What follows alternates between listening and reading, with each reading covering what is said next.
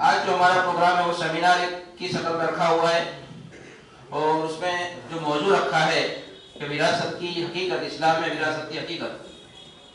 علامہ اقبال کی ایک شعر کی ایک لائن ہے، اس میں کہا کہ اے طاہر لاہوٹی، اس رزق سے موت اچھی جس سے آتی ہو پرواز میں ہوتا ہے۔ ایک جگہ پر کہا گیا ہے کہ لقمہ صحیح تو ایمان صحیح، یعنی کہ ایمان کا دار و مدار لقمے اوپر ہے، خوراک کے اوپر جو ہم لوگ کھا رہے ہیں، ہماری جو غذا ہے اس کے اوپر۔ اگر حرام کی غذا ہے تو ایمان بھی اسی طرح سے بنے گا۔ مگر الحمدللہ ہم لوگ جو یہاں حاضر ہیں وہ بڑے دیندار اور شعور اور پڑھے لکھے قسم کے لوگ ہیں، تو حرام حلال کی تمیز تو رکھتے ہوتے ہیں، مگر شیطان اور اس کے ایجنٹس جو ہوتے ہیں وہ کئی مطلب ایسی سازشیں، ایسے ہتھ کنڈے اور ایسی موڑ چوکر بھی چلاتے رہتے ہیں کہ ہم سے جانے انجانے میں حرام غذا ہمارے اندر چلی جائے اور اس کا ہمیں احساس تک نہیں ہوتا۔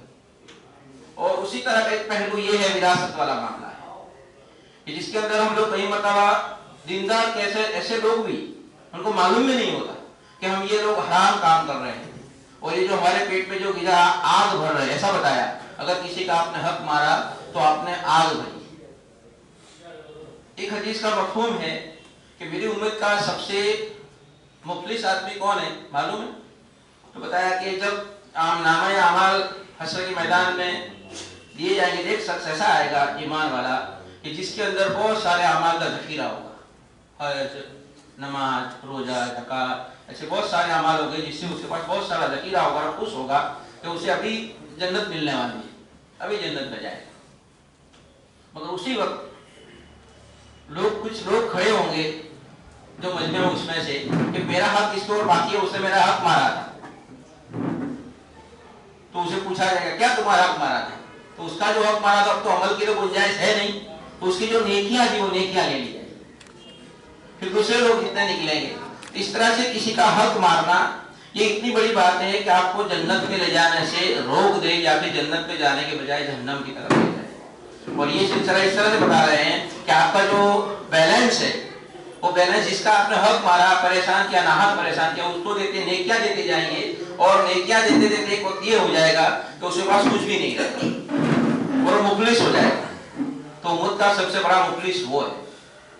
تو ہم لوگ یہ جو پہلو ہے وراثت والا، اس کے اندر میں بہت ساری باتیں تو ہمارے مہمان ہیں وہ بہت الحمدللہ کریں گے، ایسے وقت بھی کم ہے۔ یہ مسئلہ ایسا ہے، ایسا نہیں ہے کہ 2 اور 2 4 ہو گئے، جیسے نماز فجر کی نماز میں 2 سنت 2 فرض یہ پڑھ لو سب کو بتا دیا۔ وراثت والا مسئلہ ایسا ہے جس کے اندر ویریشن بہت ہے اور step to step, person to person variation آتا ہے۔ اس کے لیے کئی مرتبہ کئی لوگوں کو اس میں الجھنیں نہیں لگتی ہے، یہ سب لگتا ہے ایسا بہت۔ تو اتنا بڑا وسیع موضوع ہے، اس کو 1-2 گھنٹے کے اندر شامل کرنا یا 15-20 منٹ ہم مقرر کو وقت دے اور اس میں وہ اپنی بات کہہ دے، وہ مشکل ہوتا ہے۔ مگر ہمارا جو گردوگاہ یا مقصد ہے، جو آبجیکٹیو سے پروگرام رکھنے کا، وہ یہ ہے کہ اس کے اوپر کچھ گفتگو ہو اور کم سے کم ہم لوگ اویئرنیس آئے ہمارے اندر اور اس کو قرآن و حدیث کی روشنی میں سمجھنے والے بن جائیں، اور جس سے ریلیٹڈ، جس سے کنیکٹڈ یہ بات اس میں زیادہ تفصیل سے بعد میں ہم معلومات کی حاصل کریں۔ تو یہاں ہو سکتا ہے کہ ہر ایک کے مسئلے ہو گئے سالو نہیں بھی ہو سکتے، مگر یہ ہماری کوشش یہ ہے۔ تو اس طرح سے انشاءاللہ ہمارے جو مقرر ہے مہمان وہ انشاءاللہ اس کے اوپر کوشش کریں گے۔ تو اس میں سب سے پہلے میں دعوت دوں گا جناب محمد طاہر حکیم صاحب کو کہ وہ موضوع کے اوپر اپنی بات رکھیں گے انشاءاللہ۔ ہماری ترتیب یہ رہے گی کہ 15-20 منٹ ہمارے مہمان، ایک مہمان ہمارے آ رہے ہیں انشاءاللہ مولانا عبدالقادر ندوی صاحب، اور 15-20 منٹ کی بات رہے گی، آخر میں سوال جواب رہیں گے۔ تو آپ کے ذہن میں کوئی سوال جواب ہو تو آپ نوٹ بھی کر سکتے ہیں یا پھر یاد بھی کر سکتے ہیں، اگر کی ضرورت پڑے تو انشاءاللہ پہنچا دیں گے، اور بعد میں انشاءاللہ سوال جواب رہیں گے انشاءاللہ۔ تو میں محمد طاہر حکیم صاحب سے دعوت دوں گا کہ آپ آئے اور اس موضوع پر آپ کی بات کریں۔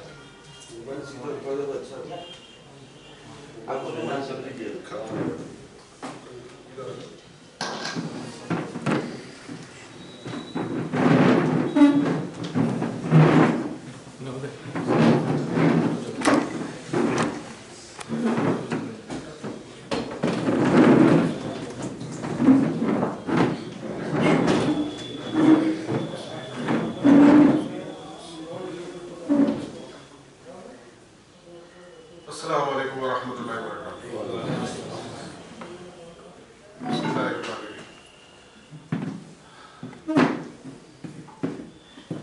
کہ میں سب سے اردو میں بولوں کہ جی کوئی بھی چلے گا. مجموعہ بڑا نہیں گجراتی بولنا تو نہیں ایسا کوئی ضروری نہیں چلے گا. تو میں سب سے پہلے جو شروع کرنے کا مجھے موقع ملا ہے تو میں آپ لوگوں کو یہ بتاؤں کہ میں نے ابھی کچھ دنوں پہلے یہاں آنے کے آنا تھا یہاں تو تھوڑا سا ریسرچ کرنے کی کوشش کی. میں نے کہا دیکھیں کیا کچھ ریسرچ کریں کچھ اور کچھ نئی بات اگر کچھ جان ملتی ہے. تو ایک عالم کی میں تقریر سن رہا تھا تو ان عالم صاحب کی تقریر میں جو انہوں نے کہا وہ یہ ہے کہ وراثت اور میراث کا جو معاملہ ہے وہ ہمارے یہاں پر مسلمانوں کے اندر اور سب سے کم اس کے بارے میں جانکاری ہے, سب سے کم اس کے بارے میں بات ہوتی ہے. اور یہ کہا گیا کہ ہمارے خطبے ہوتے ہیں, جلسے ہوتے ہیں, الگ الگ تقریریں ہوتی ہیں, لیکن وراثت یا میراث کے بارے میں کبھی کوئی نہ خطبہ ہوتا ہے, نہ تقریر ہوتی ہے, نہ جلسے ہوتے ہیں. انہوں نے کہا کہ میں نے کافی لوگوں سے پوچھا کہ آپ نے کبھی کسی جگہ پہ میراث کا خطبہ سنا یا وراثت کا خطبہ سنا کہ تقریر سنی یہ کری؟ تو ہر ایک انسان کا جواب نام ہی آتا ہے. ہم لوگ نے اس میں اتنی اہمیت جتنی دینی چاہیے تھی اتنی نہیں دی ہے, اور اس وجہ سے سب سے زیادہ پریشانی ہمارے سامنے آ رہی ہے. اب اس کے جو دینی پس منظر ہیں, جو پہلو ہیں, وہ انشاءاللہ علماء اکرام یہاں پر ہے, وہ آپ کو اس سے کے بارے میں بتلائیں گے. میں سوچتا ہوں یا میرے لیے جو صحیح لگتا ہے وہ یہ ہے کہ اس کے جو لیگل پہلو ہیں یا لیگل جو اس کے اثرات ہیں یا جو اس کے فائدے نقصان ہیں یا جو پریشانیاں چل رہی ہیں یا پروسیڈنگز چل رہی ہیں اس کے بارے میں آپ کو جانکاری دوں تاکہ آپ لوگوں کو لیگل معاملے سے واقفیت پیدا ہو. ہندوستان کے اندر جیسے ہر ایک لوگوں کو الگ الگ طرح کے دین کے لوگ ہیں, مذہب کے لوگ ہیں, مسلک کے لوگ ہیں, سب کو پنتھ کے لوگ ہیں, ان لوگ سب کا اپنے اپنے مذہب کی آزادی ہے اور اپنے مذہب پہ عمل کر کے جیسے ان کے معاملات ہیں اس کا حل نکال سکتے ہیں, اس پہ عمل کر سکتے ہیں. اسی طرح مسلمانوں کے لیے بھی ہے. مسلمان لوگ آج تک پرسنل لاز پہ چلتے ہیں, مسلم پرسنل لا جس کو محمدن پرسنل لا بھی کہا جاتا ہے, مسلم پرسنل لا پہ چل رہے ہیں. اور یہ چیز جو ہے وہ آزادی کے پہلے سے تھی. انگریزوں نے بھی جب کورٹیں اسٹیبلش کری یا بنائی یہ کری تو انہوں نے پرسنل لا کو مانا اور پرسنل لا کو ایکسیپٹ کرتے ہوئے امپلیمنٹ یعنی اس کے جو عمل واری ہے وہ اسی طرح سے کری تاکہ جب مسلمانوں کے معاملات کا نپٹارا ہو اور مسلمانوں کے آپسی معاملات ہو, جھگڑے ہوں, وراثت ہو, شادی بیاہ ہو, تو ان سب کے اندر ان کے پرسنل لا کو اپلائی کیا جائے اور اس کے حساب سے ہی ڈیسیشن لیا جائے. تو یہ انگریزوں کے زمانے میں جب سے کورٹ تھے تب سے چل رہی ہے. 1915, 1935 الگ الگ ایکٹس ہیں جس کے اندر یہ چیز پروٹیکٹیڈ رہی. کانسٹیٹیوشن آیا, انڈیا آزاد ہوا 1947 میں, 1950 میں کانسٹیٹیوشن آیا, اس کے بعد بھی یہ چیز پروٹیکٹیڈ رہی اور آج بھی پروٹیکٹیڈ ہے. آج بھی مسلمانوں کے جو معاملات ہیں, جو آپسی معاملات ہیں جیسے کہ انہیریٹنس ہے, وراثت کیا ہے, شادی بیاہ ہے, میرج ہے, ڈیورس ہے, اور تو وہ ساری چیزیں ہیں وہ پرسنل لا سے گورن ہوتی ہیں. ابھی تک اس کے اندر کوئی زیادہ پریشانی آئی نہیں ہے, صرف ٹرپل طلاق ایک ایکسیپشن ہے کہ جس کے اندر آئی ہے. تو اس طرح سے انہیریٹنس یا وراثت کا بھی جو ہے وہ بھی پرسنل لا سے ہی گورن ہوتا ہے اور ہوتا آیا ہے. آج بھی اگر کوئی مسلمان کوئی وراثت کا کیس لے کے کورٹ میں جائے, اگر کوئی گھر پہ فیملی میں کسی میں ڈسپیوٹ ہے تو اس کے جو کس کا کیا حصہ لگے گا, کیسے حصہ لگے گا, کتنا حصہ لگے گا اور کیسے اس کو جانا جائے گا, اس کی جو کوشش ہوگی یا جو اس کی پورا پروسیجر ہوگا, طریقہ ہوگا, وہ اسلامک شریعت پرسنل لا ہے وہی اپلائی ہوتا ہے کورٹ میں. بہت سی بار وکیل اس کو کورٹوں کو سمجھانے کی کوشش کرتے ہیں کہ اس طرح سے ہوتا ہے, اس میں یہ ہے, اس میں اس طرح سے اس کے اتنا شیئر ہوتا ہے, اس کا اتنا بھاگ ہوتا ہے, یہ ہوتا ہے. لیکن ہمارا ایکسپیرینس یہ ہے کہ سب سے زیادہ جو اہمیت رکھتا ہے وہ ہے کسی مفتی عالم کا فتویٰ. اگر ہے کہ کوئی دو آدمی لڑ رہے ہیں, بھائی بہن لڑ رہے ہیں کہ بھائی میرا یہ حق ہے, بہن یہ کہہ رہی ہے میرا یہ حق ہے, تو اس کا نپٹارا کیسے ہوگا, کس کا کیا حق ہے, کیا صحیح, کتنا ملنا چاہیے, کتنا نہیں ملنا چاہیے, اس کے لیے اگر کورٹیں بھی کوئی چیز کو اگر نظیر مانتی ہے, گائیڈنس کے طور پہ پریسیڈنٹ مانتی ہے, تو وہ یہی کہتی ہے کہ آپ کے عالم سے فتویٰ لے کے آؤ بھائی یا اس کے اندر کیسے ہوگا, یا مفتی صاحب سے یا عالم صاحب سے کہ بھائی کتنا بھائی کا حصہ لگے گا, بہن کا کتنا لگے گا, ماں کا, بیوی کا, بچوں کا. اور وہ جو ہے حصے ہیں وہ دونوں اگر ہم خیال ہیں, دونوں مان لیتے ہیں کہ بھائی ہاں اتنا حصہ لگتا ہے, تو اسی کے حساب سے ججمنٹ ہوتا ہے. اور آج تک کے ججمنٹ سے وہ بھی اسی طرح سے آئے ہیں.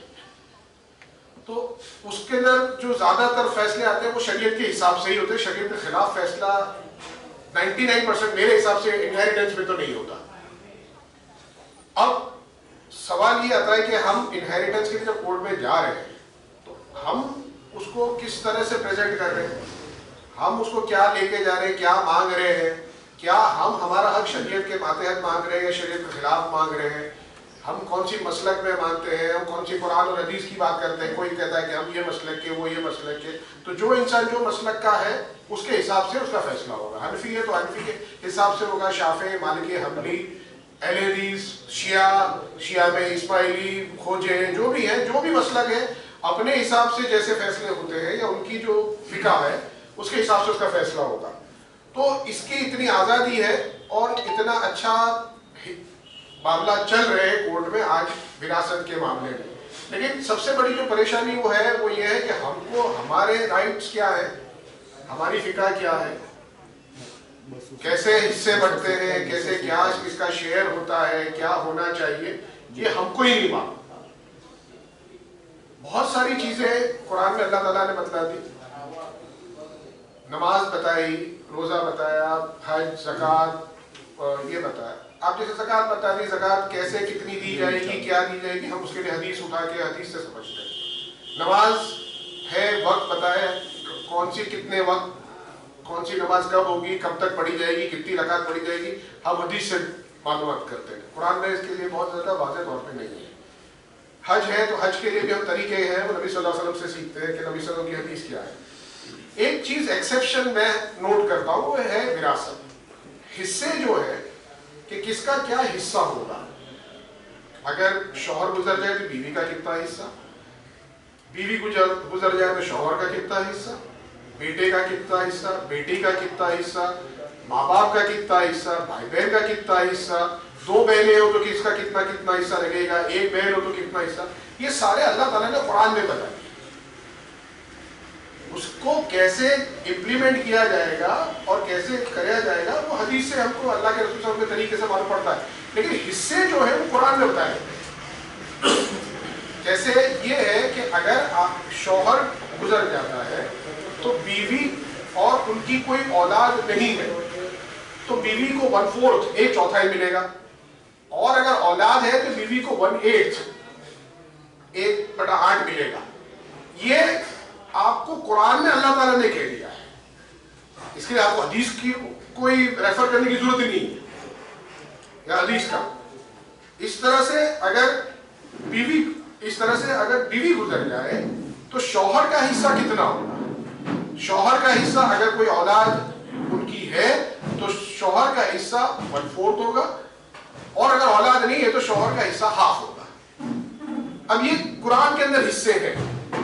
اب قرآن کے اندر اللہ تعالیٰ نے جو حصے دیے, یا بہن کا یہ حصہ ہے, بھائی کا کہ بھائی سے یہ ہوگا, تو قرآن میں جب اللہ تعالیٰ نے حصے دے دیے اور ہم اس حصوں کو نہ مانیں, ہم یہ کہیں کہ بھائی نہیں قرآن میں اللہ تعالیٰ نے بیوی کا اگر اولاد ہے تو اس کی شوہر کی سے تو بیوی کا 1/8 حصہ ہوگا.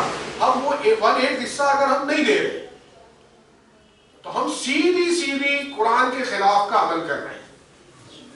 کسی سے کوئی پوچھنے جاننے کی کوئی سمجھنے کی کوئی ضرورت نہیں. سیدھی سمپل بات ہے کہ قرآن میں لکھا ہے کہ اگر بیوی اور شوہر, میاں بیوی کی اولاد تھی اور شوہر گزر گیا ہے تو بیوی کا 1/8 حصہ ہے. اب اگر آپ وہ 1/8 حصہ آپ اس بیوی کو نہیں دیتے ہو تو آپ قرآن کے خلاف عمل کر رہے ہو.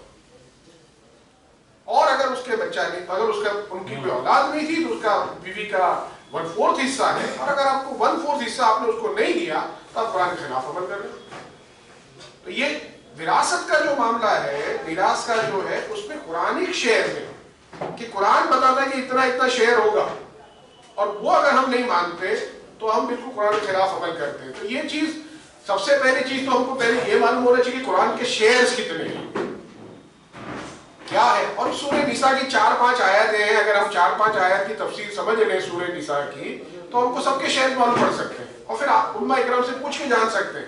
ہر ایک انسان کو اپنے کہیں نہ کبھی گزرنا ہے، یا کسی کے گھر میں کبھی نہ کبھی میت ہونی ہے، کسی کے باپ کی، کسی کے ابا کی، کسی کے چاچا کی، کسی کے بھائی کی یا بہن کی، سب کی میراث تقسیم ہونی ہے، سب کی وراثت کا حساب کرنا ہے. لیکن ہم کبھی اس کو جاننے کی کوشش نہیں کرتے، نہ کبھی اس کو امپلیمنٹ کرنے کی کوشش کرتے ہیں.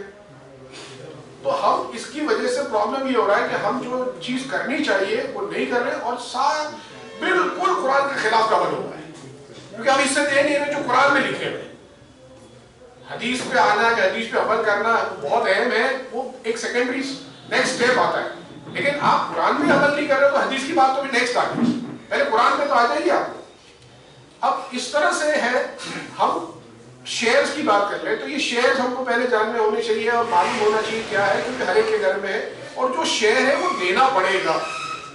آپ اگر وہ شیئر کے اندر رد و بدل کرتے ہو، کم زیادہ کرتے ہو، تو آپ اللہ تعالیٰ نے جو شیئر بنائے ہیں، جو حصہ بنایا، جو بھاگ بنایا ہے، اس میں رد و بدل کر رہے ہو.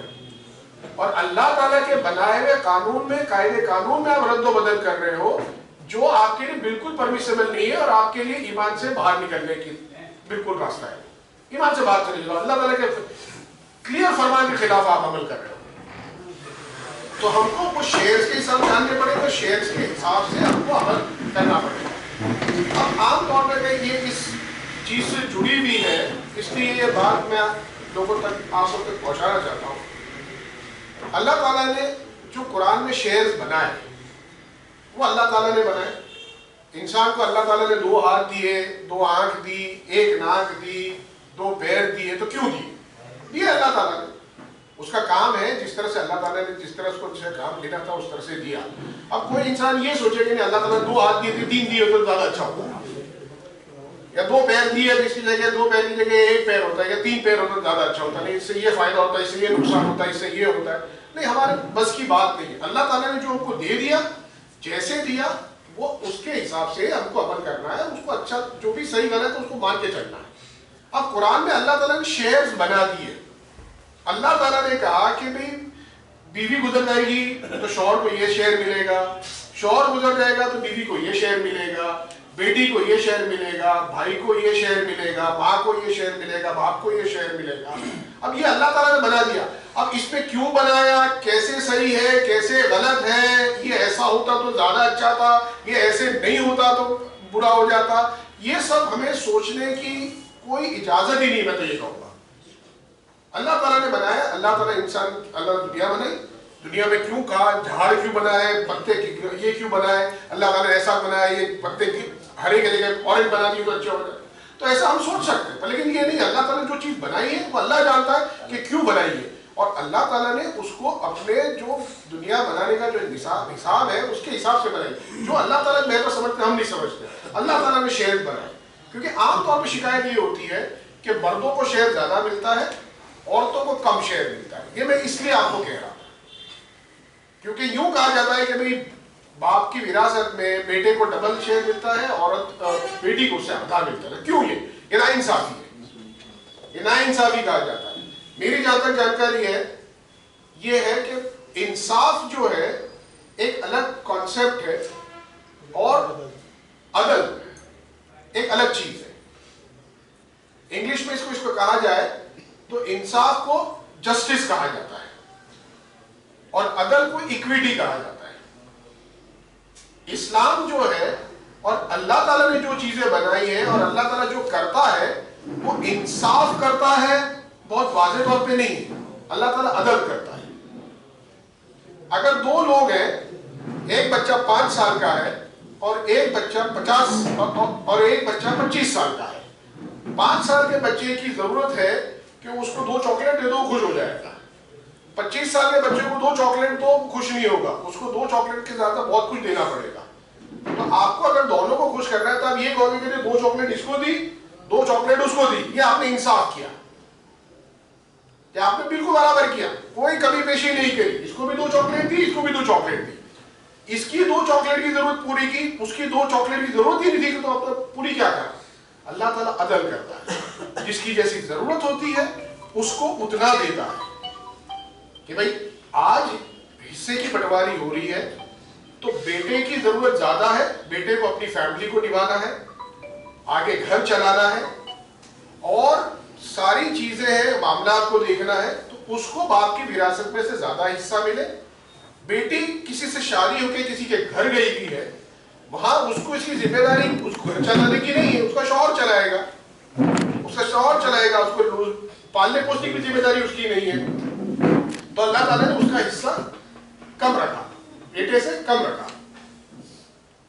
تو یہ ہے, یہ موٹی طور پہ بتا رہا ہوں کیونکہ ٹائم اتنا زیادہ ہے نہیں. تو اس طرح سے اللہ تعالیٰ نے حصے بنائے. اب ہم حصوں میں یہ نہ سوچیں کہ یہ حصہ زیادہ ہے, یہ حصہ کم ہے, ایسا کر دیں تو زیادہ اچھا ہے, ایسا کر دیں نہیں کرنے سے یہ نقصان ہوگا, فائدہ ہوگا. اور یہ حصے بنانے کے بعد اللہ تعالیٰ سورہ نساء کے اندر آیت میں ہی کہتا ہے کہ یہ اللہ کی بنائی ہوئی حدیں ہیں. These are the limits imposed by اللہ سبحانہ وتعالیٰ. یہ لمٹس ہے, اس سے آگے بڑھ جاؤ, ڈونٹ کراس them. ہم کو اس کو رد و بدل کرنا نہیں ہے اور ہم نہیں کر سکتے. اگر آپ کے بیٹے کو آپ 100 روپے کے مالک ہو, آپ کے بیٹے کو اس 100 روپے کے مالک میں سے آپ کے بیٹے کو 50 روپے کا حصہ ملتا ہے, بیٹی کو 25 روپے کا ملتا ہے, تو آپ کی طرف سے یہ نہیں کر سکتے کہ میں بیٹی کو 50 روپے دوں, 40 روپے دوں ایک بیٹی کو, اور بیٹے کو بھی 40 روپے دوں. اگر آپ یہ کرو گے تو اللہ تعالیٰ کے بنائے ہوئے نظام کے اندر آپ مداخلت کرو گے. یہ پرمیسیبل نہیں ہے. یہ چیز وراثت میں عام طور پہ لوگ کیا کرتے ہیں کہ میں گزرنے کے بعد میں میرے بیٹے بیٹی کو برابر ملے گا, میرے کو دونوں بیٹا بیٹی کو کم نہیں دینا, بیٹی سے بہت محبت ہے. لیکن آپ اللہ تعالیٰ نے جو بنایا ہوا ہے اس شیئرز کے اندر آپ رد و بدل نہیں کر سکتے, اور نہیں کرنی چاہیے. اگر کرنا کرو گے تو آپ اللہ تعالیٰ کے فرمان کے خلاف بات کرو گے, کیونکہ اللہ تعالیٰ نے بتایا. لیکن ایک فیکٹر ہے کہ ہم جب دیکھتے ہیں یہ چیز سمجھنے کے لیے ضروری ہے کہ ہر جگہ یہ ہے, اگر بہن ہے تو بہن کا بھائی سے آدھا حصہ ہوگا, بیٹی ہے بیٹی کا آدھا حصہ ہوگا, بیوی ہے بیوی کا شوہر کو جتنا ملتا ہے اس سے آدھا حصہ ہے. تو اللہ تعالیٰ نے سب جگہ عورتوں کا حصہ ہے وہ مردوں سے آدھا بنایا. ایک کیٹیگری ایسی ہے جہاں اللہ تعالیٰ نے مردوں اور عورتوں کو, مرد اور عورت کو برابر رکھا, اور وہ ہے ماں باپ. ماں باپ کا حصہ بیٹے کی وراثت کے اندر 1/6 ہے. اس میں یہ نہیں ہے کہ باپ 1/3 لے گا, ماں 1/6 لے گی. دونوں کا حصہ اللہ تعالیٰ نے برابر بنایا. تو اس سے میں یہ سمجھتا ہوں کہ اللہ تعالیٰ کو جہاں ضرورت لگی صحیح ایکول بنانا, وہ اللہ تعالیٰ نے ایکول بنایا. جہاں اللہ تعالیٰ کو ضرورت نہیں لگتی کہ ایکول بنایا جائے یا کم زیادہ کیا جائے, اللہ تعالیٰ نے کیا. اب کیوں کیا, کیا کیا, کیسے کیا, وہ اللہ بہتر جانتا ہے, اور ہم اس چیز کے اندر زیادہ دماغ نہ لگائیں تو زیادہ بہتر ہوگا. تو اس طرح سے حصے بنا کے ہم اللہ تعالیٰ نے بنایا تو یہ کرا. اب ہم لوگ اس پہ عمل نہیں کر رہے. اس کی وجہ سے ہو کیا رہا ہے کہ ہم ہی نہیں کر رہے ہیں. ہمارے اندر عورتوں کے اندر ایک پریشانی کریٹ ہو رہی ہے کہ ہم کو پورا حصہ ملتا نہیں ہے, ہم عورتوں کو حصہ دیتے نہیں ہیں, لڑکیوں کو نہیں دیتے ہیں. تو ایک ایشو کھڑا ہو رہا ہے. اور یہ ساری میٹرز جب ہو کے جاری سپریم کورٹ اور ہائی کورٹ, جس طرح سے ٹرپل طلاق کو چیلنج کیا گیا, ٹرپل طلاق کے سامنے ججمنٹ آیا, اب سپریم کورٹ کے سامنے وراثت کا مسئلہ بھی ہے کہ عورتوں کو برابر حصہ ملنا چاہیے, مردوں کے برابر, بالکل لڑکا لڑکی کے اندر کوئی فرق نہیں ہونا چاہیے, دونوں یہ ہونا چاہیے. تو یہ مسئلہ بھی وہاں تک گیا ہے, سپریم کورٹ پینڈنگ ہے. اگر ہم اس کو صحیح طریقے سمجھیں گے نہیں, ہماری کمیونٹی کو ٹھیک سے سمجھا نہیں پائیں گے, ہماری عورتیں اس کو ٹھیک سے سمجھ نہیں پائیں گی, تو یہ ہوگا کہ ہمارے لوگ ہی اس کو سپورٹ کریں گے کہ یہ حصوں کو ختم کرو, یہ لاس کو ختم کرو, اور جو برابری والا جو ہم کو صحیح لگتا ہے, جو ہم کو لگتا ہے کہ یہ صحیح ہے, انصاف ہو رہا ہے, وہ ہو رہا ہے, اس طرح کے لا لے کے لاؤ. تو ہماری ہار اگر ہوگی, ٹرپل طلاق میں بھی یہی ہوا. ٹرپل طلاق میں بھی ہوا ہی کیوں, کیونکہ ہم لوگ خود اپنے آپ کو سمجھا نہیں پائے کہ کیا صحیح کیا غلط. سیم چیز وراثت میں ہوگی, سیم چیز کیا کہتے ہیں ایک سے زیادہ بیوی رکھنے میں ہوگی, پالیگیمی میں ہوگی, سیم چیز ہوگی وہ کیا کہتے ہیں